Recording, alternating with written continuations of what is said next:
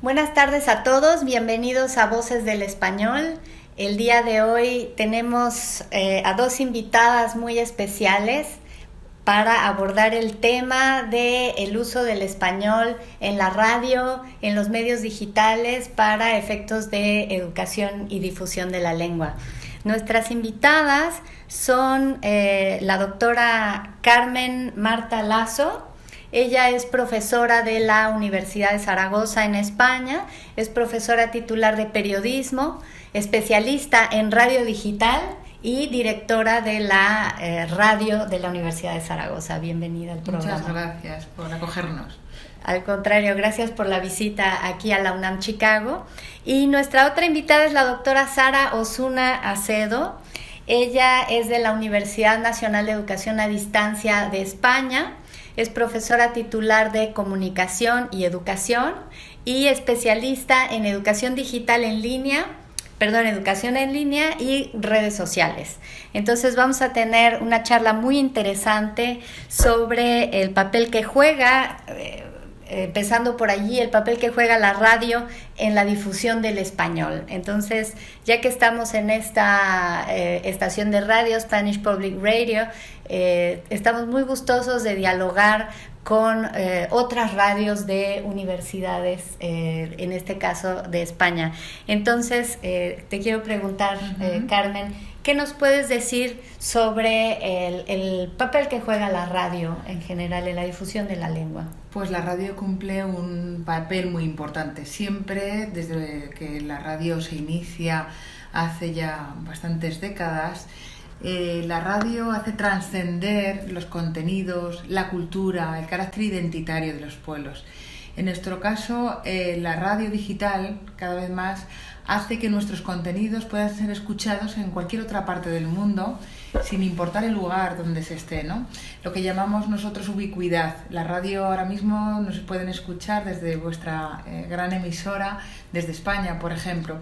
Y esto hace que lo que estamos aquí transmitiendo puedas acceder, pueda tener un acceso a cualquier parte del planeta.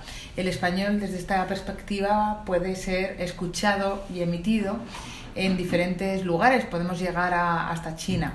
También es muy importante tener en cuenta que la radio es un vehículo, un instrumento que tradicionalmente ha servido en países, en lugares, en regiones también de España, donde existen políticas de desarrollo. La radio es el principal medio transmisor para el desarrollo y uno de los instrumentos vehiculares para entendernos es el idioma. Sin lugar a dudas, el español puede trascender a través de la radio como vehículo, como instrumento de proyección cultural y como instrumento de aprendizaje idiomático de cualquier parte del mundo. Es muy importante este vehículo. ¿Y esta versatilidad de la radio tiene que ver con que es un medio muy barato de comunicación? Sí, entre otros aspectos es un medio muy barato y es un medio que tradicionalmente requería de unas frecuencias de onda. Sabemos que el espectro electromagnético, es decir, todo el reparto de frecuencias es limitado porque el éter, el aire, es limitado. Entonces el reparto de frecuencias hacía que no todo el mundo que quisiera hacer programas de radio pudiera hacerlo, porque había unas políticas gubernamentales en cada estado, en cada región, y entonces había unos frenos legales. Pero la radio online ha permitido que esa cobertura sea muchísimo más amplia, dado que las posibilidades que existen hoy en día de emisión trascienden fronteras, hace posible que lleguemos ahora mismo a la otra parte de nuestro planeta y que en España nos puedan estar escuchando. Claro, que son los beneficios de la radio digital ahora mismo, aunque estamos transmitiendo desde la UNAM Chicago, en esta ciudad de los Estados Unidos, pues yo estoy segura que muchas personas nos pueden escuchar pues desde México, desde otros campus de la UNAM que existen en otros países y en otras regiones también de los Estados Unidos. Entonces, claro, para nosotros es un alcance inusitado de la radio respecto de cuando yo era más chica, ¿no? Claro. Pero aparte está también, la parte de audio, si me permites, y está el video. Entonces, el audio decía yo que es muy barato porque al final, hablando de datos, ¿no? Las personas no necesitamos tantos datos para recibir archivos de audio para escuchar podcasts, ¿cierto? Pero una de las cosas que me han comentado aquí el productor de radio de Spanish Public Radio es que la gente se va más por el video. Entonces, ¿qué es esto ahora? ¿Es realmente radio? O porque es realmente una mezcla del audio y del video, y hemos visto que en general la gente es mucho más propensa a ver programas donde también pueden, que no son solo para escuchar, sino también para ver. Esto desde el punto de vista teórico, no quiero tampoco andar mucho en la teoría porque los oyentes si no a lo mejor no llegan a escucharnos o nos cambian, ¿no? de posición y queremos que nos sigan escuchando. Pero desde el punto de vista teórico simplemente decir que se llama radiovisión o ciberradio. ¿Y qué ocurre? Que cuando el oyente nos puede ver, parece que exista una mayor cercanía porque atiende también a lo que estamos gesticulando, por ejemplo, ahora mismo, al énfasis que podamos hacer también a través de la comunicación no verbal. Pero yo soy de las que aboga por la magia de la radio, por esa magia que nos hacía que cuando alguien, un radiofonista, estaba detrás de los micrófonos nos imagináramos a alguien grandilocuente, alguien, ¿verdad?, con una corpulencia, porque claro, esas grandes voces representaban como, cuando la voz se impostaba. Por ejemplo, valor de la imaginación, el valor asociado al audio. De esa magia, ¿no?, de recrear paisajes, de recrear cuerpos, voces, realidades, escenarios distintos, donde cada uno tenía la opción, pues que en su mente, de proyectar una imagen. Pero ahora la radio acompañada de la imagen lo que hace también es que los oyentes nos sientan más cerca y nos sientan también con nuestros, pues eso, desde el punto de vista de la visión, nos vean y también eso es importante para que no lleguen a generar imágenes, sino para que las tengan y les lleguen de una forma directa. Sí, bueno, efectivamente es distinto, ¿verdad? Totalmente distinto. Además, pensemos que con todos los medios que tenemos, imaginemos nuestro celular, las posibilidades que tiene de editar audio, de editar vídeo. Es que yo creo que a la ciudadanía actual se nos hace como mucho más fácil el que de forma natural podamos expresarnos a través de los medios, entre ellos con el podcast, con la radio. Todos somos potenciales periodistas, ¿no? Todo el mundo. Bueno, periodistas no sé, comunicadores sí, porque para ser periodista, claro, hacer periodista se necesita una formación específica para ejercer la profesión coherentemente. Pero comunicadores, por supuesto, yo creo que estamos en la época de la humanidad donde más nos comunicamos, donde la ciudadanía participa más en la cultura de su época, más que en ninguna época de la historia de la humanidad. Como decía, y yo desde mi posicionamiento como profesora de la UNED de España utilizo mucho la radio, los podcasts, utilizo el que esa forma de expresión oral pueda formar parte de todo el imaginario que se crea en el aprendizaje es fundamental, porque es una forma de aprender muy coherente y muy conectada con lo que la sociedad nos está exigiendo.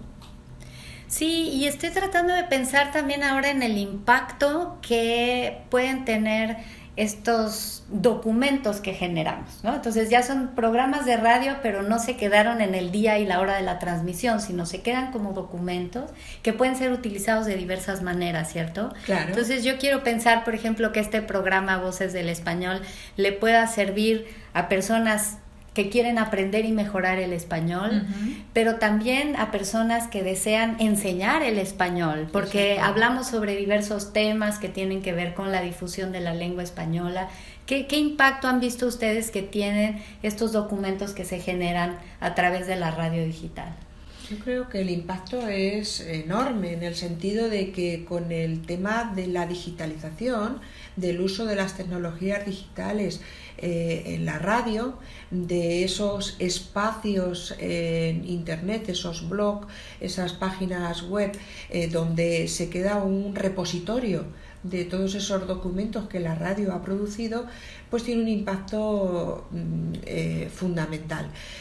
Precisamente con las tecnologías digitales lo que hemos conseguido es que se relativice el tiempo y el espacio, es decir, podemos estar aquí, como decías antes, Erika, sentadas en la sede de la UNAM en Chicago, pero sin embargo nos está recibiendo alguien que habla español también, que está en China, que está en España, que está en Rusia, en cualquier parte del mundo. O en la Universidad de Zaragoza, por ejemplo.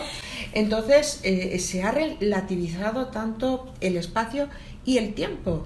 Es algo que tú lo puedes escuchar las veces que quieras.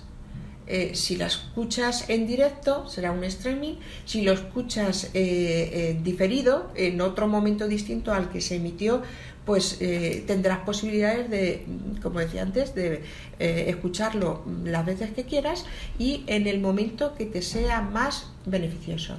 Precisamente esto es una de las cosas que más apoya al aprendizaje a través de la radio, porque si pensamos en todos aquellos estudiantes que además de trabajar y conciliar sus estudios con la vida familiar no tienen disponibilidad horaria para el estudio, y realmente utiliza momentos en los que puede ser las últimas horas de la noche o las primeras de la mañana antes de ir a trabajar, la radio es un... o el momento en el que se están transportando de un lugar a otro. Exactamente, la radio educativa es fundamental para su aprendizaje. Y además también la radio sirve como elemento de conexión con personas que hay interesadas en un determinado tema en una parte del mundo u otra. A mí, por ejemplo, como experiencia, decir que en nuestra radio universitaria, en Radio Unizar, se ponen en contacto muchos investigadores que investigan lo mismo y que descubren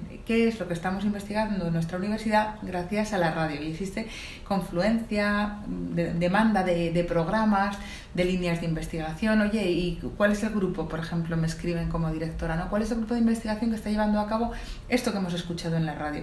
Es decir, sirve como factor relacional, como elemento de unión, de conexión de personas en diferentes puntos del mundo. Esto es muy interesante también. Sí, en particular para los que ejercemos la profesión de lingüistas, una de las cosas que nos interesa mucho son las formas de hablar el español en diferentes partes del mundo. Entonces, la posibilidad, como ahorita, de entrevistar a dos personas que vienen de regiones específicas del mundo hispanohablante, a mí me permite tener información respecto de sus formas de hablar, de cómo estructuran sus mensajes, cuáles son sus características de pronunciación, etcétera. Entonces, entiendo que puede tener una gran diversidad de utilidad.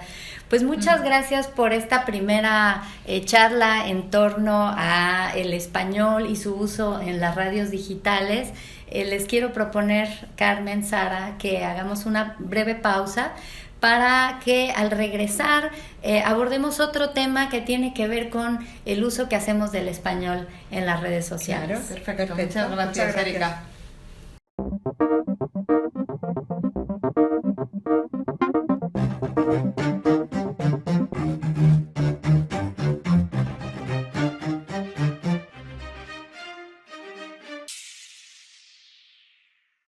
SPR, su estación, para escuchar noticias, 13 horas en París, música, puedo decirte que soy un ángel para el amor y mucho más.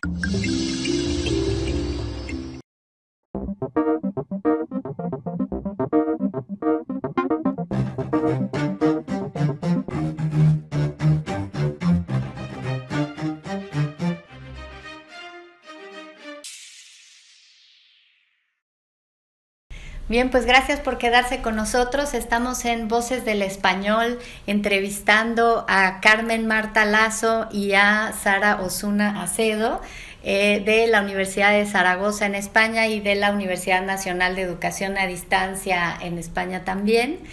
Ellas estuvieron comentando, compartiendo algunas ideas en torno a las radios digitales y cómo tienen un impacto en diferentes áreas de la enseñanza y el estudio de la lengua española. Ahora vamos a abordar otro tema que tiene que ver con el uso que hacemos de las redes sociales para difundir, para educar en lengua española y, bueno, en general, ¿qué está pasando allí? ¿Qué se está moviendo en las redes sociales respecto del español? Bien, pues está pasando que la sociedad está cambiando, que aparecen las redes sociales como nuevos escenarios educativos y que realmente lo que la sociedad digital está queriendo de la ciudadanía es que sea competente en muchos aspectos, entre otros en el español.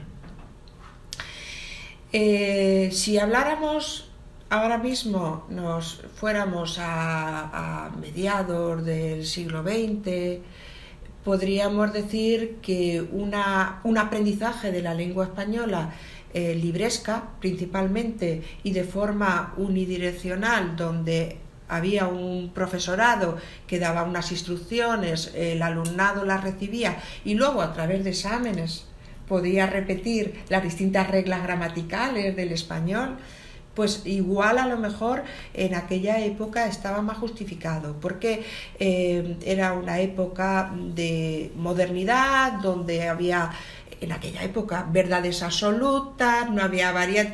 Era una época en la que se nos pedía que nos formáramos en una educación básica más universitaria y ya podríamos ejercer nuestro trabajo perfectamente. No hacía falta reciclarse. Yo viví esa época, quiero decir que la vivimos, claro.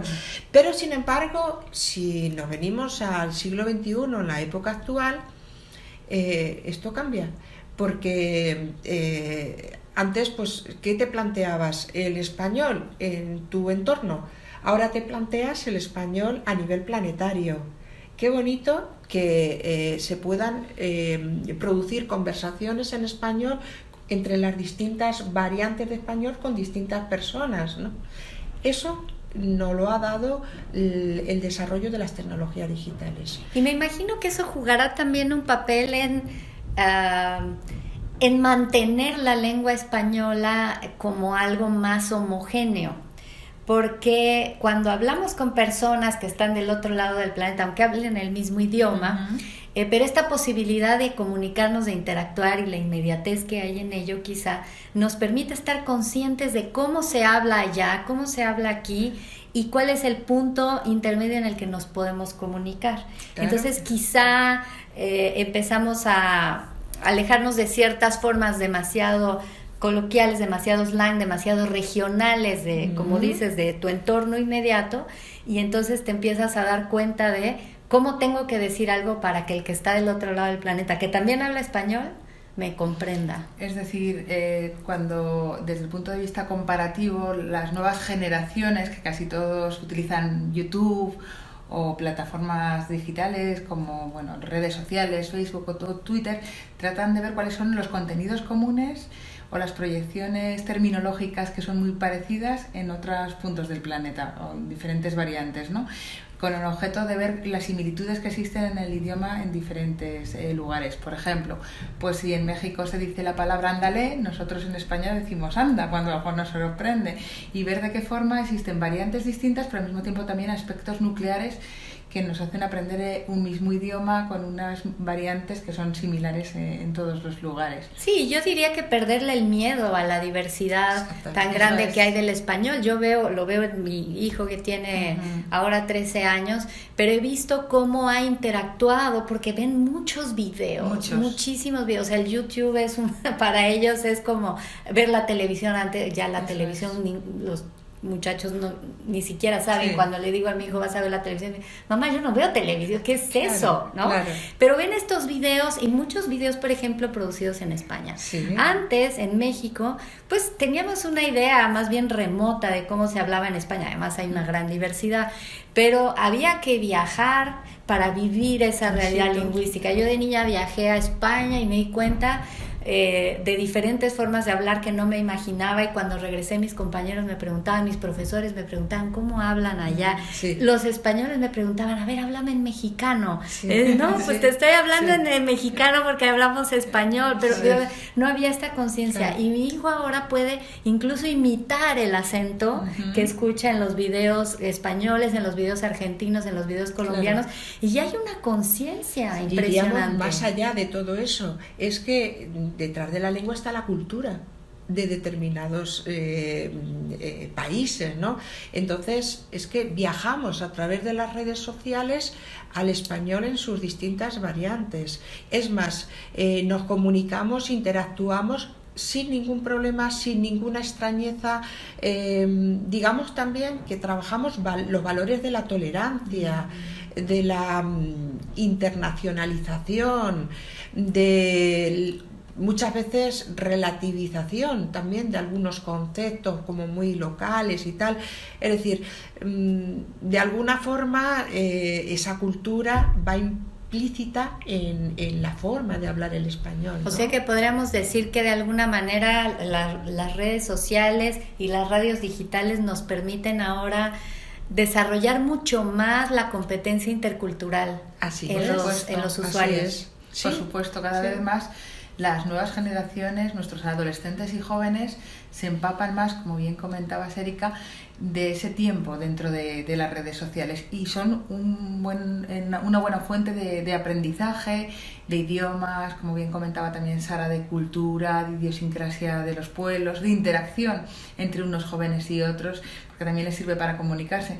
Entonces todo ese tiempo de aprendizaje en su tiempo de ocio les sirve para aprender el idioma de una manera más fácil, más directa y sobre todo más eficiente, porque nuestros hijos en buena medida, por ejemplo, conocen otros idiomas porque pasan muchas horas en YouTube viendo esos vídeos de gente. Bueno, esa iba a ser mi siguiente pregunta. Las personas de mi edad creo que tendemos a pensar que las redes sociales le quitan el tiempo a nuestros hijos, el tiempo que deberían de estar invirtiendo en educación. ¿Esto es así o es al revés? ¿Eso que invierten en las redes sociales es parte de su educación? Habría que diferenciar varias cosas. A ver, ningún medio es absolutamente bueno o absolutamente malo. Creo que todo el mundo estamos de acuerdo en ello, ¿no? Entonces las redes sociales tienen su parte positiva y su parte negativa. Igual que la relación que hemos tenido en un determinado pueblo, en una determinada ciudad, cuando salíamos de nuestras familias, nos uníamos en pandillas, íbamos a los colegios, tal, y había cosas buenas, había cosas malas. Lo importante desde mi punto de vista, bueno, yo soy pedagoga, llevo muchos años trabajando con tecnologías digitales, desde que aparecieron las redes sociales, con las redes sociales como escenarios para la educación y la participación. Y yo lo que creo es que tenemos que tener en cuenta algo muy sencillo. Si una persona está alfabetizada mediáticamente, sabe cómo usar las redes porque la han formado en tal, va a ser más crítica y más responsable a la hora de usar esas redes. Antiguamente, cuando una persona era analfabeta lingüística, era más vulnerable al engaño y a la manipulación. Pues actualmente es lo mismo. Una persona analfabeta mediáticamente hablando es más vulnerable al engaño y a la manipulación. Yo formo a educadores sociales, a pedagogos, educadores en general, y yo lo que les digo es que si ellos y ellas no son críticos a la hora de aprender su profesión, con los espacios con los que se va a topar, porque las redes sociales han venido para quedarse. No vale actuaciones apocalípticas de decir no pases a las redes sociales porque ahí hay cosas muy malas. No, es un espacio donde hay que participar, pero hay que estar preparados para esa participación. Y esta participación en las redes sociales tiene impactos positivos, o sea, las personas que nos dedicamos a la educación los podemos aprovechar positivamente para enganchar a nuestros estudiantes en los temas que queremos que aprendan. Muchísimo, porque desde la más perspectiva positivo que negativo, ¿verdad, Carmen? Desde la perspectiva, por ejemplo, del aprendizaje lúdico, las redes, que es donde los jóvenes están muchas horas en sus habitaciones con sus dispositivos móviles, permiten también proyectar el aula más allá de los muros de las propias universidades, de las propias escuelas. Pero tenemos mucha competencia los profesores ahí. Sí, pero se trata de, en lugar de verlo como competencia, de verlo como una arma, una herramienta positiva y complementaria también, ¿no? Claro. Para el aprendizaje. Además, el aprendizaje, no olvidemos que se hace siempre socialmente, es decir, porque yo memorice algo, pues una regla del español, por ejemplo, no por eso la voy a aprender mejor. Si yo hago un aprendizaje más gamificado, más social, más con los otros, lo voy a aprender mejor. Y las redes sociales te da eso, te da la interacción. Por ejemplo, los jóvenes actualmente utilizan mucho el aprendizaje informal en todas las áreas, no solamente en el lenguaje. Tienen alguna duda determinada y se van a Google, lo buscan, se van a YouTube, lo buscan, se van a cualquier sitio de internet donde le van a dar esa información que necesita para aprender. Pero es que a su vez este joven o esta joven va también a dejar su huella de lo que ha aprendido para que vengan después otras personas a aprender de lo que puede dejar, ¿no? Se habla ahora de la huella lingüística, como se hablaba antes de otras huellas que dejamos los humanos en el planeta. ¿Hay una huella lingüística?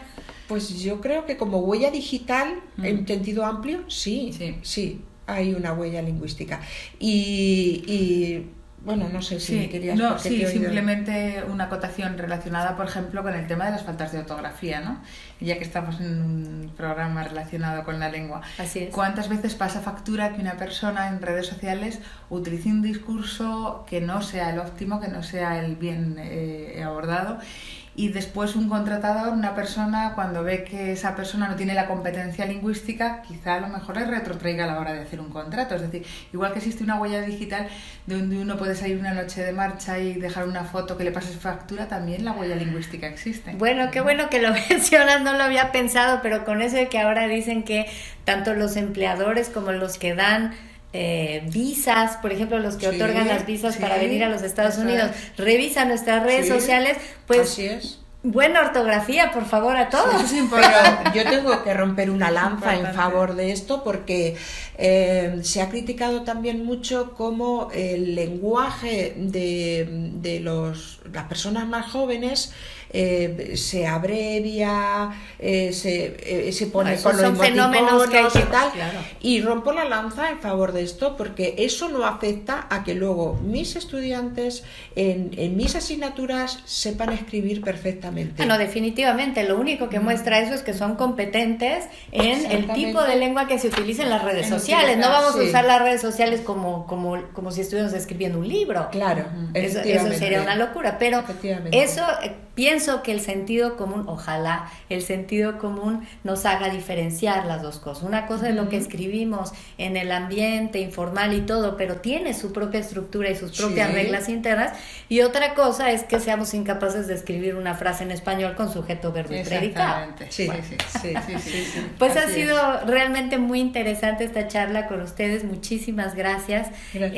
Ojalá puedan invitar a las personas de la Universidad de Zaragoza, de la Universidad de Educación a Distancia en España, a que se conecten con nosotros en la Universidad Nacional Autónoma de México, esta sede de Chicago, con Spanish Public Radio. Sé que ya se ha establecido una interesante colaboración, y entonces estamos seguros de que este será solo el principio de un diálogo que podemos establecer entre las radios universitarias, entre las personas que estamos encargadas de la educación, tanto intercultural como lingüística, como en este caso pues también de los medios masivos de comunicación.